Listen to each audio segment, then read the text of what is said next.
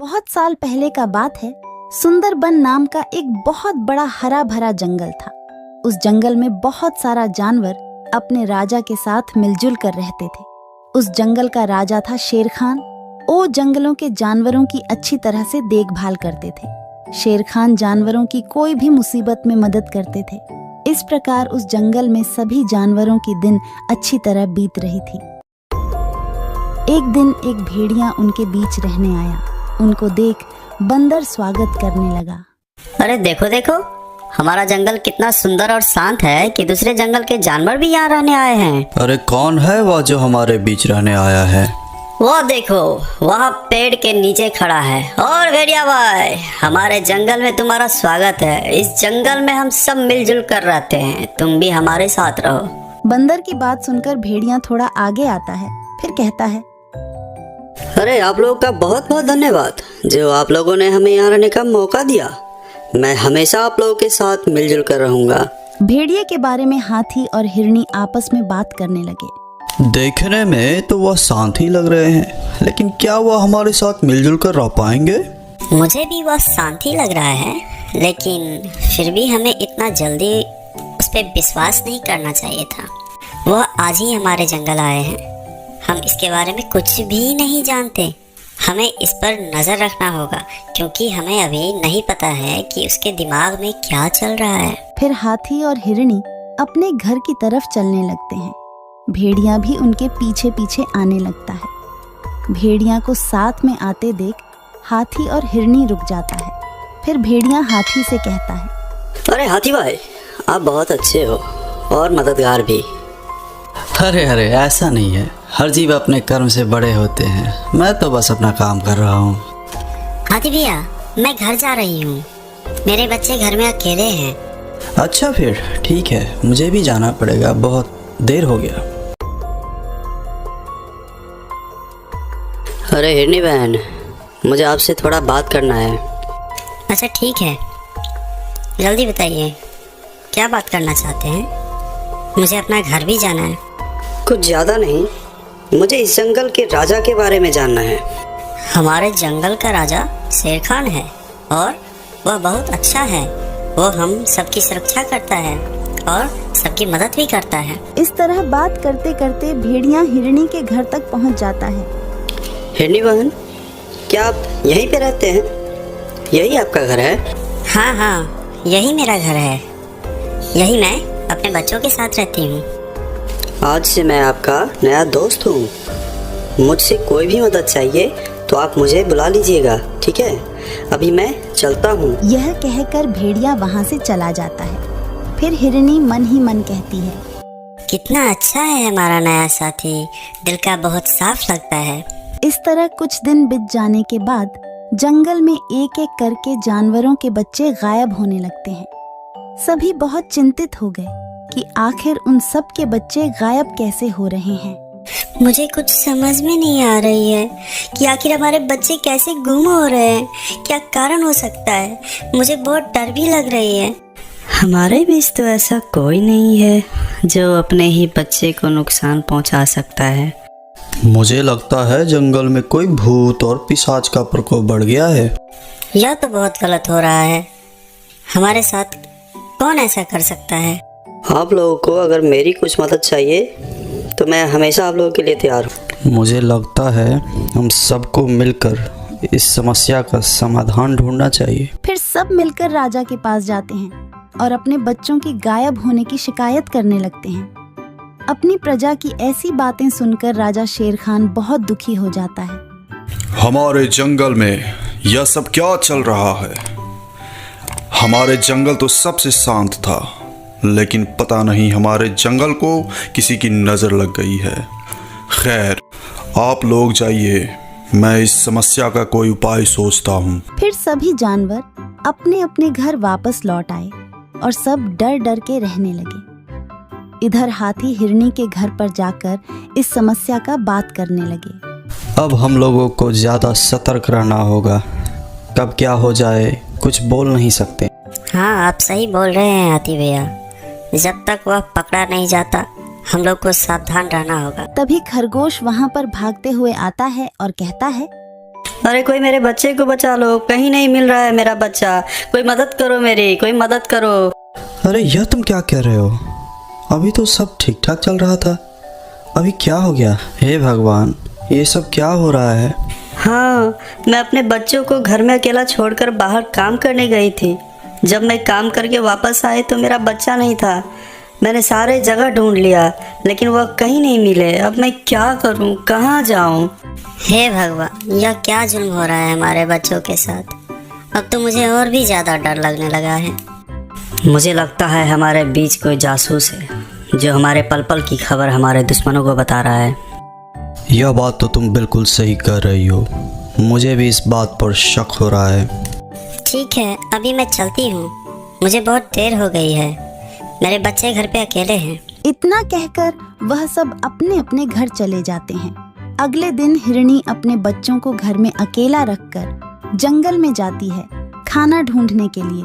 खाना ढूंढते ढूंढते उसे बहुत देर हो जाती है। अरे बाप रे, खाना ढूंढने में बहुत देर हो गई।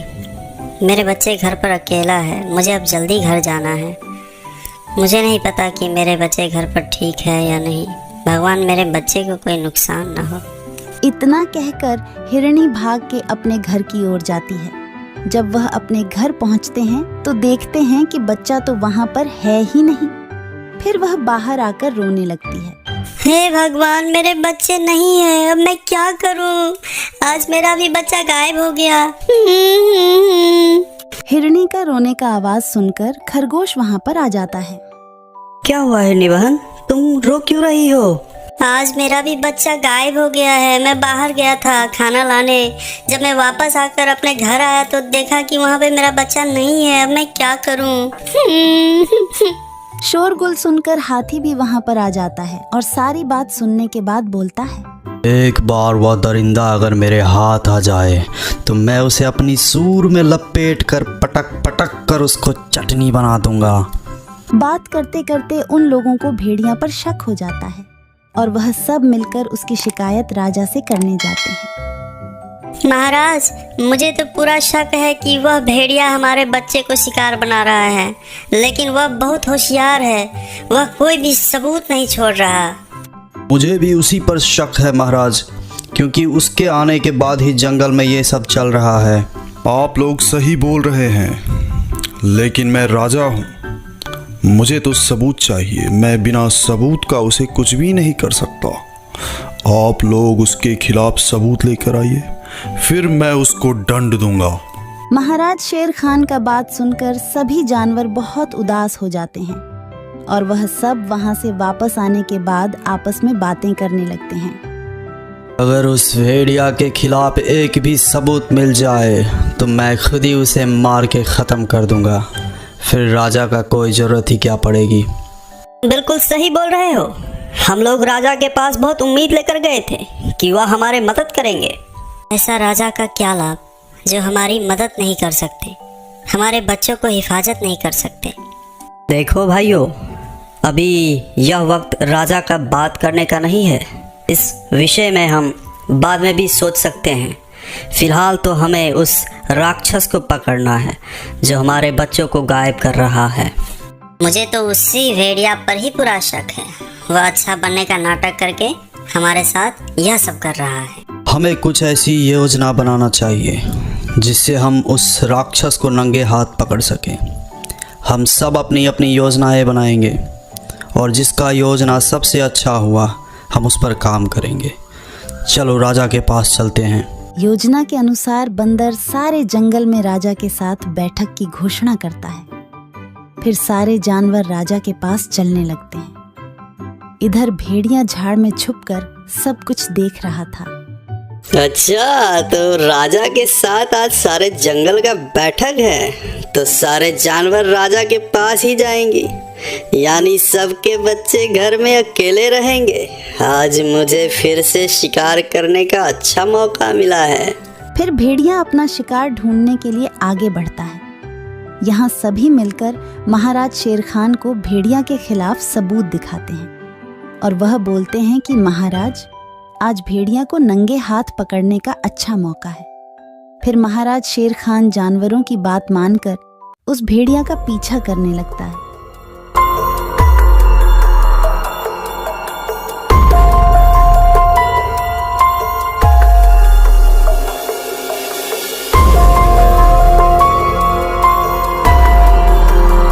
भेड़िया खरगोश के घर के सामने आकर खड़ा हो जाता है और इधर उधर देखकर उसके घर के अंदर चला जाता है। महाराज शेर खान भी उसके पीछे पीछे अंदर चला जाता है और वह अंदर जाकर देखते हैं कि उस भेड़िया ने खरगोश के बच्चे को शिकार करने ही वाला था कि वह उस पर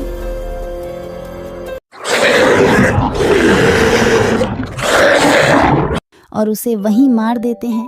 तो दोस्तों, ये कहानी से हमें यह सबक मिलती है कि हमें नए लोगों को मदद तो करनी चाहिए, लेकिन उस पे आंख बंद करके कभी भरोसा नहीं करनी चाहिए। दोस्तों, मेरे इस चैनल को ज़रूर सब्सक्राइब करें। आपका बहुत बहुत धन्यवाद। बहुत साल पहले की बात है। सुंदरबन के जंगल में शेर खान का शासन था। शेर खान दिल का बहुत अच्छा था। शेर खान हमेशा जंगल के जानवरों का ख्याल रखता था। एक सियार शेर खान का वफादार मंत्री था। वह जंगल में घूमता और सारे समाचार लाकर शेर खान को देता रहता था। एक दिन सियार शेर खान के पास आया और कहा, महाराज, जंगल के सभी जानवर कह रहे हैं आपके बाद इस सिंहासन पर कौन बैठेगा, इसीलिए ये सब कह रहे हैं कि आपकी शादी हो जानी चाहिए, क्योंकि आपका संतान ही आगे चलकर इस जंगल का राजा बनेगा। हाँ, जंगल की जानवर सही कह रहे हैं। मेरा संतान ही आगे चलकर इस जंगल का राजा बनेगा, इसीलिए मैं अवश्य शादी करूंगा। तुम शादी की तैयारियां करो। फिर शेर खान की शादी बड़ी ही धूमधाम से हो रहे थे। जंगल के सभी जानवरों को शादी में बुलाया गया था। सिर्फ एक छोटे से चूहे को छोड़कर शादी में बहुत सारा खाने पीने का इंतजाम किया गया था। सभी जानवर पेट भर खाना खाया। इधर चूहा को निमंत्रण ना मिलने के कारण वह बहुत गुस्से में था। ये शेर तो बड़ा ही घमंडी निकला। उसने मुझे शादी में ना बुलाकर मेरा अपमान किया है। मैं इसका बदला अवश्य लूंगा। इस बात को लेकर चूहा बहुत ही नाराज था। वह मन ही मन सोचने लगा कि इसका बदला कैसे लिया जाए। कुछ देर सोचने के बाद वह एक योजना बनाता है। मैं भी शादी करूंगा। हाँ, मैं भी शादी करूंगा। बड़ी धूमधाम से शादी करूंगा और शादी में उस शेर को छोड़ के सभी को आमंत्रित करूंगा। हाँ, यही ठीक रहेगा। फिर चूहे ने शादी करने का फैसला कर लिया और वह अपने लिए एक दुल्हन ढूंढने निकल पड़ा। थोड़ी दूर जाने के बाद उसे एक दुल्हन दिखाई पड़ा।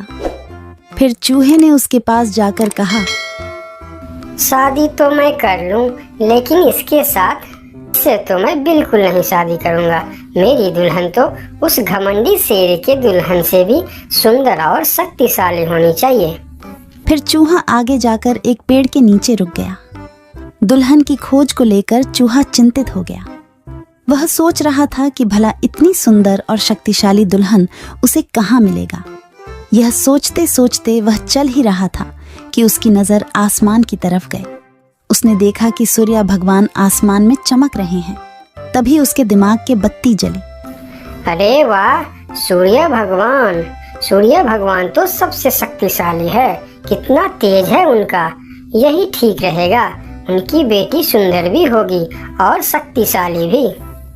फिर चूहा एक पेड़ के नीचे ध्यान लगाते हुए बैठ गया और सूर्य भगवान को तपस्या करने लगा। ओम सूर्याय नमः, ओम सूर्याय नमः, ओम सूर्याय नमः। इधर चूहे को तपस्या करते हुए देखकर सूर्य भगवान बहुत आश्चर्य हुए कि यह नन्हा सा चूहा उनकी तपस्या क्यों कर रहा है। फिर सूरज भगवान चूहे के सामने प्रकट हुए। बोलो नन्हे से चूहे, तुम मेरे तपस्या क्यों कर रहे हो? क्या चाहिए तुमको? तुम जो मांगोगे मैं तुम्हें वह सब दूंगा। हे भगवान, आप आगे।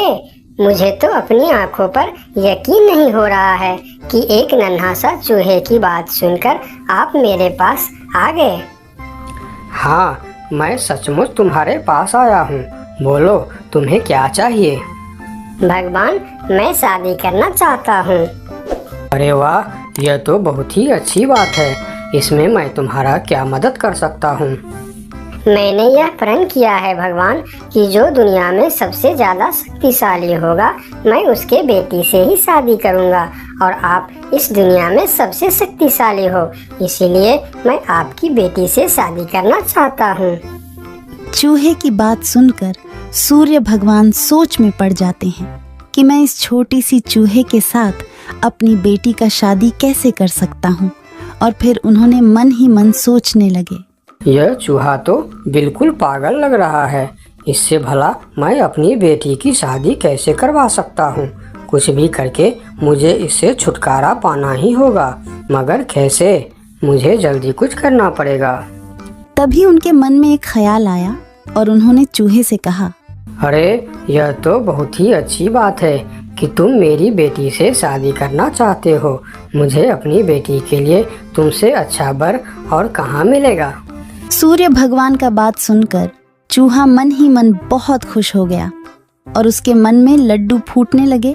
तभी सूर्य भगवान बोलते हैं, लेकिन एक समस्या है, मैं दुनिया का सबसे शक्तिशाली नहीं हूँ और तुमने प्रण किया है कि जो दुनिया में सबसे ज़्यादा शक्तिशाली होगा तुम उसी के बेटी से शादी करोगे। अगर तुमने मेरी बेटी से शादी की तो तुम्हारा प्रण टूट जाएगा। हे भगवान, ये आप क्या बोल रहे हो? आपसे भी शक्तिशाली? आपसे शक्तिशाली भला इस दुनिया में और कौन हो सकता है? मुझसे शक्तिशाली तो वह बादल है जो अपने परछाई से मुझे भी ढक देता है। यह सुनकर चूहा आसमान की तरफ बादल को देखने लगा और बोला, अगर बादल आपसे भी ज्यादा शक्तिशाली है तो मैं फिर उसकी बेटी से ही शादी करूंगी। आप उसे नीचे बुलाइए। फिर सूर्य भगवान ने बादल को नीचे बुलाया और बादल उनकी बात मानकर धीरे धीरे नीचे आया। बादल जी, मैं आपकी बेटी से शादी करना चाहता हूँ क्योंकि आप दुनिया के सबसे शक्तिशाली हो। मैं अपने आप को बहुत बड़ा भाग्यमानी समझूंगा अगर आपकी विवाह मेरी बेटी से हुई, लेकिन मैं दुनिया का सबसे शक्तिशाली नहीं हूँ। मुझसे शक्तिशाली तो हवा है जो हमें भी उड़ाकर दूर चला जाता है। अच्छा, तो यह बात है। ठीक है, फिर मैं हवा की बेटी से ही शादी करना चाहता हूँ। आप हवा को बुलाइए। फिर बादल ने हवा को बुलाया और हवा धीरे धीरे करके नीचे आया। फिर चूहा ने अपनी विवाह का प्रस्ताव हवा को बताया। फिर हवा मुस्कुराते हुए बोली, मुझे बहुत अच्छा लगेगा अगर मेरी बेटी की विवाह आपके साथ होता है, लेकिन मैं दुनिया का सबसे शक्तिशाली नहीं हूँ। मुझसे शक्तिशाली तो पर्वत है जो हमारे हवा के झोंकों को भी रोक देता है। आप उनकी बेटी से ही शादी कीजिए। फिर पर्वत को भी बुलाया जाता है और चूहे ने पर्वत के सामने भी अपना प्रस्ताव रखता है। पर्वत जी, आप दुनिया का सबसे शक्तिशाली है और मैं आपकी बेटी से शादी करना चाहता हूँ। क्या आपको कोई ऐतराज है? मुझे भला क्या ऐतराज हो सकता है? आप मेरी बेटी से विवाह करना चाहते हैं, यह बहुत ही अच्छी बात है, लेकिन मैं भी दुनिया का सबसे शक्तिशाली नहीं हूँ। ये आप क्या कह रहे हैं? मैं यकीन नहीं कर सकता कि आपसे शक्तिशाली भी दुनिया में और कोई होगा। हाँ है, मेरे शिखर पर एक मोटा सा चूहा रहता है।